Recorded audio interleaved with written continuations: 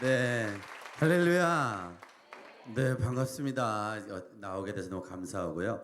나는 기적이다라는 제목의 이제 제목을 받고 준비하게 되는데 무엇이 기적일까 좀 많이 생각해 봤어요. 어떤 게 기적일까. 그런데 모든 게 다 너무 많이 기적이 있어서 오늘은 기적 중에 한 24가지 정도만 이야기하고 나머지 기적은 좀 나중에 웃어주기로 아까 연습했잖아요. 저희가 24가지 정도 기적 얘기하고 나머지 기적은 좀 나중에 얘기할게요.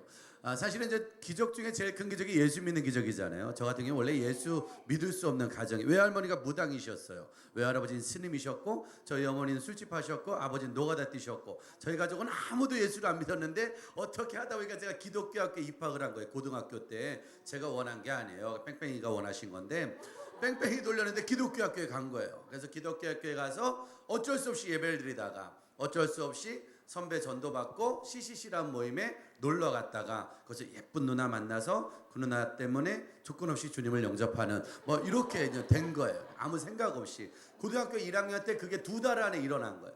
그리고 그때부터 교회를 재밌게 놀러 다니다가 즐겁게 놀러 다니다가 여름에 수련회를 간 거죠. 그러니까 수련회 간 것도 기적이에요. 수련회 가서 그 수련회 가면 대부분 다 주님 영접하잖아요. 그냥 영접 안 하면 기도회가 안 끝나잖아요. 아무튼 막 그렇게 하다가 고등학교 1학년 여름 수련회 때 주님을 영접하게 되고 주의 종이 되겠다, 청소년 생활 하겠다는 꿈이 생겨버린 거예요. 첫 번째 기적이죠. 예수 믿지 않아야 되는 내가, 예수에 대해서 전혀 몰랐던 내가, 또 무당 집안, 불교 집안, 술집에서 살던 내가 예수님을 소개받았던 첫 번째 기적, 또 주님을 영접한 두 번째 기적, 그런 나에게 주의 종이 되라고 말하신 그 목사님의 세 번째 기적, 막 주의 종으로 청소년 사역자로 헌신을 시키신 거예요. 그렇게 주님을 영접했는데, 그렇게 기적적인 일이 일어나는데 더 충격적인 건 그렇게 주님을 영접하고 그렇게 주님을 알고 꿈이 생겼는데도 성적이 오르지 않는 기적.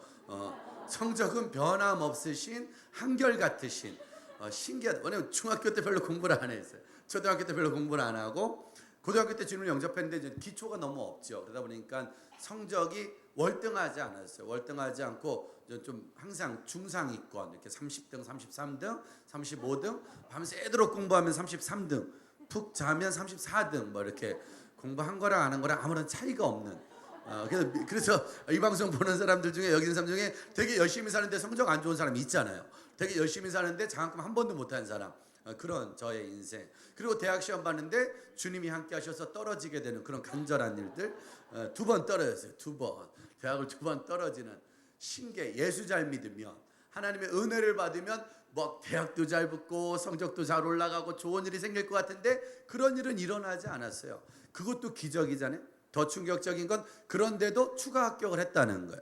침례신학대학교 기독교학과에 추가 합격을 해서 간신히 대학을 들어가죠. 91년도에 대학을 들어가서 학교를 마치니까 2000년대가 밝았어요. 대학교를 정규과정을 마치는데 10년이 걸렸어요. 사고 한 번도 안 쳤는데 대학원까지 5년, 합의 15년. 제가 나이가 42살인데 졸업한 지 6년밖에 안 지났어요. 제가 15년을 학교를 다니니까 나중엔 저희 학교 아이들이 제가 교수인 줄 알았어요. 너무 오래 다녀요. 제가 봐도 좀 오래 다녔어요. 15년 동안 한 번도 장학금에 욕심을 내지 않았습니다. 최선을 다해서 양보하면서 저는 그냥 졸업에만 목적을 뒀어요. 학교를 15년을 랄라랄라랄라 다니고 있는데도 불구하고 졸업을 했다는 기적. 더 충격적인 건 그렇게 힘들게 입학했고 그렇게 힘들게 학교를 다녔고 그렇게 어렵게 졸업을 했는데 지금 그 학교에서 강의를 하고 있다는, 그것도 기적이지. 그것도 기적 아니겠어요? 모든 게 다 기적인 거야. 그렇게 해서 지금은 그 학교에서 강의도 하고 청소년 사역도 하고 집회도 다니는, 그러면서 시스트에도 나오는, 이렇게 사역자가 되었다는 기적적인 이야기가 있죠. 그러는 19년 정도의 과정을 통해서, 그러는 총 예수 믿고 23년의 과정을 통해서 우리 무당 할머니가 예수 믿었다는 거예요. 우리 스님 할아버지도 예수 믿으셨고 그분들이 불심이 깊지 않으셨어요. 제가 보기엔 약간 좀 애매한 분들이셨어요. 그래서 이렇게 무당이신데도 예수 믿고 돌아가시고 돌아가시기 전에 동네에서 전도 제일 많이 하시고 애매하죠. 본인이 부적 옛날에 팔아놓고 부적 다시 띄워오고 막 이런, 아무튼 그런 일들이 있었어요. 저희 어머니는 술집 하셨어요. 술집 40년 술 마셨고 40년 담배 피셨고 40년 그렇게 20살 때 시집 오셔가지고, 근데 지금은 7년 전에 세례 받으셨잖아요. 세례 받으시자마자 40년 마시던 술을 끊으시고 40년 피던 담배를 끊으시고 이젠 욕만 끊으시면 돼요. 모든 걸 거의 다 끊는데 아직 욕은 좀 애매해요. 욕은 좀 아직. 우리 가족 19명 중에 18명이 예수 믿는 키죠. 우리 큰형만 안 믿는데 그 형도 곧 믿을 거예요. 왜냐면 혼자 되게 뻘쭘해하고 있어요. 혼자 종교가 달라서 나 믿지 않을 거야, 나 믿지 않을 거야. 근데 아무도 대꾸를 안 해줍니다. 그렇게 안 믿는다고 난리치려면 자기 아들은 신학대학 갔잖아요. 결국 자기 부인도 신학대학 갔잖아요. 지금 혼자 계속 우겨요. 난 믿지 않을 거야, 믿지 않을 거야. 엄청 슬프게 반항하고 있습니다. 그러면서도 이 방송 볼걸요? 왜냐, 내가 하는 건 다 봐요. 그러면서 본인 얘기하는 거 엄청 좋아하시더라고요. 우리 둘째 형네 집에서도 이번에 신학대학을 갔잖아요. 아무도 안 믿는 집안에, 큰 집에도 큰 형네 집에 신학생이 2명이 생겼고, 우리 둘째 형네 집에도 신학생이 생겼고, 누나네 집에도 곧 생길 거예요. 지금 중학교 아이들이 있는데 계속 세뇌시키고 있어요. 신학을 가야 된다고. 저희 집에도 신학생이 생기겠죠. 우리 아들은 신학을 가는 조건으로 제가 선물을 계속 사주고 있어요. 아무튼 무당 집안에서 술집 집안에서 모든 집마다 신학생이 생기는, 모든 집마다 사역자가 생기는, 이러다가 기독교 명문 집안 되겠어요.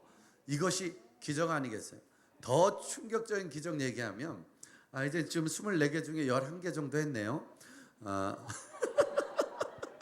기적이 너무 많아서 더 충격적인 기적은, 그렇게 하나님의 은혜로 청소년 사역을 시작했고 진검다리 선교회 사역을 시작했어요. 19년 전에. 그리고 매일마다 기도하고, 아니 매일마다 못했네요. 아무튼 열심히 기도하고 최선을 다해서 기도하고 열심히 사역을 했어요. 근데 놀라운 건 진검다리 사역 14년 만에 부도가 났다는 거예요. 이게 쉽지 않네요. 전도사였었는데 기도도 나름 꽤 했는데 열심히 사역했는데 열심히 젊음을 20대 30대를 여름휴가 가본 적 한 번도 없어요. 저는요 여름마다 물놀이 가본 적 없고요, 여름에 어디 수영장 가본 적 없어요.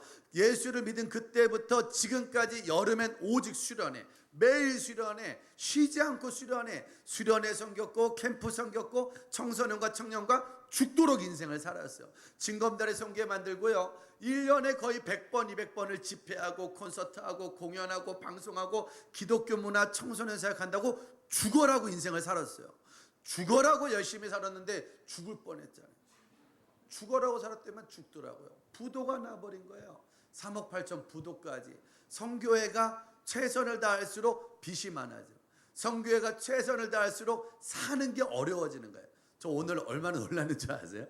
제가 어느 정도로 힘들었냐면, 지금부터 6년 전에 청주지방법원에서 파산했거든요. 이제 뭐 선교회 활동을 하다 안 되니까 더 이상 빚을 갚을 수 없는, 카드 40개를 돌려막았으니까 내 딴에는 주회의를 한다고 했는데, 내 딴엔 복음의 일을 한다고 했는데, 캠프를 열면 스텝이 50명인데 참석한 사람이 35명, 콘서트 열면 오늘처럼 이렇게 한 400~500명 오면 감사하지만, 저희 같은 경우에 콘서트 한번 열면 아무튼 콘서트 한번 열면 맨날 인원이 조금 오는 거예요. 콘서트 열면 빚지고, 캠프 열면 빚지고, 뭐 하면 빚지고, 나름대로 활발하고 열심히 했는데 남은 게 아무것도 없는 거예요. 제가 오늘 왜 놀랐는지 아세요? 제가 가장 어려웠던 시절이 있었어요. 제일 힘들던 시절. 매일마다 도망가고 싶고 내일마다 때려치고 싶고. 그때는 얼마나 힘들냐면 학교에 등록금을 못 냈어요. 15년 다녔잖아요. 왜? 등록금을 제 날짜에 내본 적이 딱 한 번밖에 없어요. 입학금을 제외하고는 거의 100% 분납. 또 나중에 또 교수님 보증으로, 또 조교의 보증으로. 그러다가 제가 도저히 돈을 못 막을 때 저희 교회 청년들 제자가 있었어요. 저는 이제 맨날 집회할 때마다 많이 울었어요. 이제 많이 울었는데 그게 은혜를 받아서 울은 게 아니라 힘들어서 울었던 것 같아요. 너무 힘들고 너무 슬프고, 공연 끝난 다음에 보이잖아요. 이 공연을 채워야 될 재정, 또 공연 끝난 다음에 보이잖아요. 집에 가서 메꿔야 될 재정, 또 내가 살아야 될 재정. 그래서 그런 것들을 많이 울었던 것 같아요. 내 딴에는. 물론 그게 사람들한테는 은혜라는 모습으로 보여지긴 했어요. 사람들이 내가 울고 내가 기도하면 은혜를 같이 받아주는 분들도 있었는데, 사실상 그건 은혜는 아니었어요. 동정이지. 왜냐, 저가 스스로 느끼는 슬픔과 아픔이었어요. 그때 어느 정도로 힘들었냐면 맨날 그렇게 울었어요. 집회 때마다. 집회 때 울고 예배 때 울고 사연 나누면서 울고. 그래서 제가 너무 울고 힘들어하니까 그때 제 제자 중에 한 명이 저 등록 못할 때 저한테 전화했어요. 전사님, 그 힘드시니까 제가 자기가 공부할 거 하려고 모아놓은 돈 있다고, 그 적금 탄 돈 있다고, 적금 있다고. 근데 그거 깨서 주겠다는 거예요. 그래서 그 청년이요, 정말 저한테 전화하고 그 돈을 보내줬어요. 300만 원인가 400만 원. 10년 전 얘기니까 엄청 큰 돈이잖아요. 젊은 청년이 저한테 그 돈 보내줬는데 그 청년이 지금 여기 왔네요. 지금 오륜교회 다니고 있대. 저 몰랐어요. 이 청년이 그 후로 절 떠나서 연락을 하지 않습니다. 그 후로 좋은 관계가 계속됐어야 되는데 그 청년은 서울로 이사를 왔고 저는 또 열심히 사역을 하고 그러면서 아무튼 너무 좋았죠. 그때 이제 서로 믿음을 키우고. 근데 그 정도로 저는 청년들한테도 늘 힘든 전도사였어요. 사역자들 세계에서 우리 요한 전사님도 있지만 찬양 사역자들 세계에서 늘 보면은 진검다리 성교는 언제 부도나나. 야, 너 안 망했니? 야, 너 안 망했니? 망할 때가 됐는데.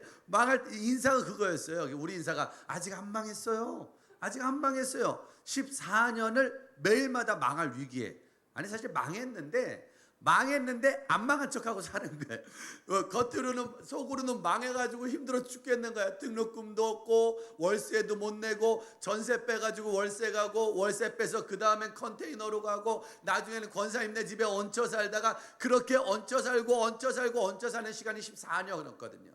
그런데 겉으로 볼 땐 안 힘든 것처럼 보여야 돼. 겉으로는 은혜는 할렐루야 기도하세요 라고 말해야 되는 직업이 저의 직업이었어요. 그러니까 그 당시에 저는요 매일마다 두 가지 사람이 싸우는 거예요. 무대에서는 은혜로운 사람, 집에 가서는 죽고 싶은 아빠, 학교 가서는 졸업하고 싶은 학생, 교회에서는 은혜를 주는 전도사. 근데 뒤로 나오면은 거기는 청년과 학생만도 못한 그런 믿음의 소유를 갖고 살았던 적이 불과 5, 6년 전쟁이에요. 예전에 알던 사람들을 지금 만나면요 그 사람들은 깜짝 놀라요. 저를. 왜? 저 친구는, 저 전도사는, 저 목사는, 아니 목사도 아니죠. 그 전에 목사는, 저 전도사는, 저 간사는 벌써 포기했어야 돼. 벌써 때려쳤어야 돼. 아니 벌써 그만뒀어야 돼. 아니 깜빵 가야 됐을지도 모를걸. 사는 게 너무 힘드니까 아니 죽어야 될지도 모를걸. 아니 모든 걸 팽개치고 도망가야 될지도 모를걸이라는 게 저의 생각이었거든요. 그러고 있다가 그렇게 살다가 청주 지방법원에서 파산을 하고 아무것도 할 수 없어서 서울로 올라가게 된 거예요. 아무것도 없어서. 전 그 당시에 돈 조금만 있었으면 다시 시작했을 거예요. 전 그 당시에 누가 나를 조금만 더 밀어줬으면 다시 시작했을 거예요. 아마 어떤 큰 교회가 저를 또 밀어줬으면 전 또 뭐라도 했을 거예요. 근데 그걸 못하는 거예요. 왜? 아무도 밀어주지 않아요. 가족들도 저를 밀어줄 수 없죠. 왜? 가족들도 이미 나한테 보증서 가지고 전부 다 부도가 났으니까. 또 교회에서도 저를 밀어줄 수가 없죠. 왜? 제가 교회에서는 빵빵한 것 같은데 속이 없는 거야. 알맹이가 없는 빈 강정인 거죠. 그러니까 제대로 된 사람은 저를 쓰지 않죠. 그리고 어디서도 저를 불러주지 않았어요. 그 당시에는 하고 싶은 건 많은데 불러주는 곳은 없었어요. 사역이 한 달에 한 번, 두 번, 세 번, 그것도 막 가서 빌고 나 사역 좀 시켜주세요. 나 좀 불러주세요. 나 좀 불러주세요. 이렇게 불려다니면서도 힘들었던 시절. 그 당시에 너무 힘드니까요. 전도사인데도 기도하네. 막 기도하세요 말해놓고 나 혼자 기도 안 해. 기뻐하세요 말해놓고 나 혼자 기뻐 안 해. 감사하세요 말해놓고 나 혼자 감사 안 하던 그런 이중적인 시간이 있었거든요. 그러다가 보도나고 정말 주변에 아무도 없어서 도와주는 사람들이 한 명도 없어서 아는 척 해주는 사람들도 연락을 안 받더라고. 왜? 연락받으면 돈 빌려줘야 되니까. 연락받으면 도와줘야 되니까. 아무도 연락이 되질 않아요. 가족들은 만날 수. 왜? 장모님도 나한테 보증 섰다가 압류 들어갔지. 우리 엄마는 나한테 돈 빌려주고 보증 섰다가 엄마도 압류 들어갔지. 우리 둘째 형 압류 들어가지. 누나 압류 들어가지. 이젠 연락할 사람들도 없죠. 친구들이라고 연락하겠어. 사역 세계에선 이미 부도난 사람, 이미 파산한 사람, 저 사람 데려와봐야 아무것도 못해라고 무너져 있던 사람이었거든요. 그런 찰나에 지금 있는 저희 스승님을 만났고 지금 저의 교회를 만나죠. 그러고 나서 아무것도 할 게 없어서 뭐 했냐? 예배를 드린 거예요. 불러주는 데가 없으니까. 아무것도 할 게 없으니까 기도를 한 거예요. 왜? 불러주는데 아무도 안 놀아줘. 나하고 좀 놀아줘야 되는데, 그때 막 CBS가 나랑 좀 놀아주고, 그때 큰 교회가 나랑 놀아주고, 유명한 사람들이 나랑 놀아줬으면 나는 그 사람들을 쫓아다니면서 어떻게든 살아보고 싶어서 애를 썼을 텐데 아무도 나랑 놀아주질 않았어요. 그래서 어떻게 했냐? 그냥 하나님이랑 놀았어요. 예배드리면서 매일마다 2번씩 예배드렸어요. 하루 종일 할 게 아무것도 없었어요. 하루 개인 파산하고 나니까 그냥 돈은 그냥 이렇게 알아서 갚아가면 되고, 또 저한테 돈 빌려준 분들한테 이제 각서 써준 다음에 차분히 갚겠다고 약속을 하고, 그리고 나선 할 게 없어서 예배드렸어요. 예배드리니까 뭐 하겠어요? 기도시키니까 기도하고, 그러니까 또 찬양하고, 그렇게 예배드리고 기도하고 찬양하고. 그때 저희 스승 목사님이 저에게 그런 말 했습니다. 예배 잘 드려. 앞자리에서 예배 잘 드려. 믿으면서 기도해. 열심히 기도해. 그러거나 힘들거나 말거나 찬양 열심히 해. 기쁘게 찬양해. 신나게 찬양해. 하나님이 다 보고 있어. 그 얘기를 하더라고요. 그래서 정말 예배만 잘 드렸어요. 열심히 드렸어요.